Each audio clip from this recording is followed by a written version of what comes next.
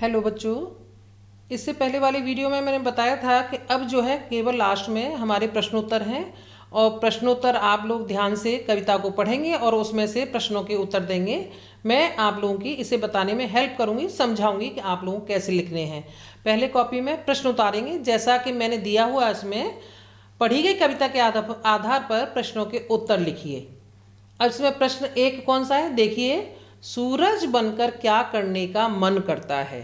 आपने कविता पढ़ी और कविता में आपकी ये लाइन जरूर आई है। क्या आई है? मन करता है सूरज बनकर आसमान में दौड़ लगाऊं। करना क्या है आपको? आपको सूरज बनकर क्या करने का मन करता है। कविता के शब्दों में नहीं लिखना, कविता में जैसा है वैसा नहीं लिखना, अपने शब्दों में लिखना है। कैसे लिखेंगे? उत्तर डालेंगे, प्रश्न एक के नीचे ही उत्तर डालेंगे और उसमें लिखेंगे सूरज बनकर आसमान में दौड़ लगाने का मन करता है। कविता के शब्दों में मत करिएगा, वो गलत हो जाएगा, ठीक है। यानी उत्तर हुआ सूरज बनकर आसमान में दौड़ लगाने का मन करता है। दूसरा प्रश्न है बच्चा तितली बनकर क्या करने की इच्छा करता है।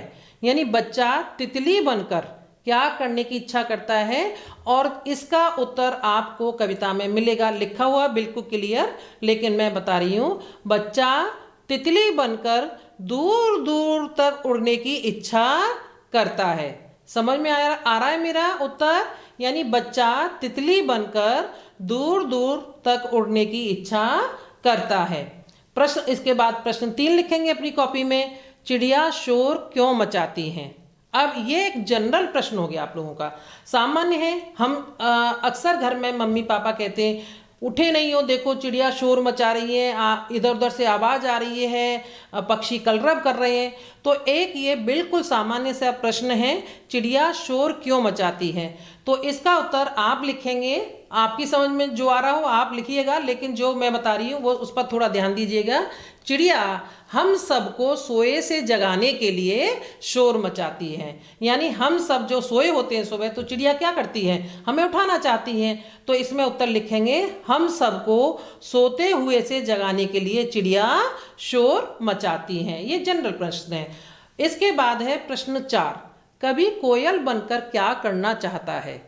कविता में आया है कभी कोयल बनकर क्या करना चाहता है, तो इसका उत्तर होगा कभी कोयल बनकर मीठे मीठे गीत सुनाना चाहता है। मीठे मीठे बोल सुनाऊं, मीठे मीठे गीत सुनाऊं, कविता में आया है। वो देखिएगा लाइन जो है कि कभी कोयल बनकर मीठे मीठे गीत सुनाना चाहता है। इसके बाद आपका है प्रश्न नंबर 5, तारों पर कौन अकड़ दिखाता है। तारों पर कविता की पहली 4 लाइन में ही जहां पर सूरज आसमान में दौड़ लगाता है, वहीं पर तारों पर कौन अकड़ दिखाता है। यानी प्रश्न 5 का जो उत्तर होगा वो होगा तारों पर चंदा अकड़ दिखाता है। इसको रिवर्स उल्टा भी कर सकते हैं, चंदा तारों पर अकड़ दिखाता है। चाहे जैसा लिख सकते हैं कि तारों पर चंदा अकड़ दिखाता है या चंदा तारों पर अकड़ दिखाता है। इसके बाद अगला जो प्रश्न है वो है प्रश्न नंबर 6, लाल पीली पतंग कैसे उड़ाई जा सकती है। साधारण सी बात है, पतंग उड़ाते तो कैसे उड़ाते, खाली हाथ में लेके पतंग नहीं उड़ा सकते। और आपके जो कविता की जो अंतिम पंक्तियां हैं उसमें लिखा हुआ है लाल पीली पतंग कैसे उड़ाई जा सकती है। यानी लाल पीली पतंग या कोई भी पतंग चरखी की सहायता से उड़ाई जा सकती है। चरखी हाथ में होगी, धागा हाथ में होगा, तभी पतंग उड़ा सकते हैं ना। तो लाल पीली पतंग चरखी की सहायता से उड़ाई जा सकती है। आप लोगों के प्रश्नोत्तर हो गए। बहुत लाइन छोड़कर करना है सारा काम, एक एक लाइन छोड़कर ही सारे प्रश्न उत्तर करेंगे, नीट एंड क्लीन हैंडराइटिंग। उसके बाद क्या करना है, इन प्रश्नों को साथ ही साथ प्रश्नोत्तर को लर्न भी करते जाइएगा। और नेक्स्ट जो दे रही हूं वो आपका बहुत बढ़िया सा काम है, रचनात्मक कार्य। यानी आपके लिए एक छोटा सा कलरफुल काम है जो बैठकर बड़े मजे के साथ में घर में करिए। रंग बिरंगे कागज से एक पतंग बनाइए।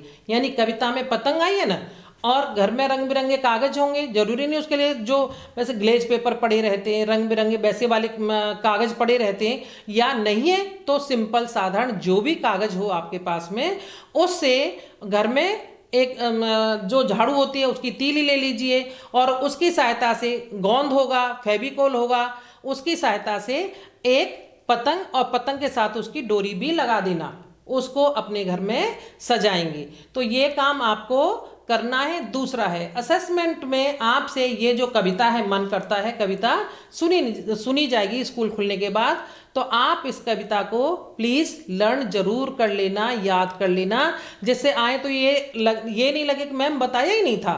मैम आपको बता रही है कि आपको ये कविता जरूर याद करनी है विद एक्शन, विद एक्सप्रेशन, यानी चेहरे के एक्सप्रेशन, हाथ पैरों के एक्शन, वो सब इस कविता में होने चाहिए। ठीक है, थैंक यू बच्चों।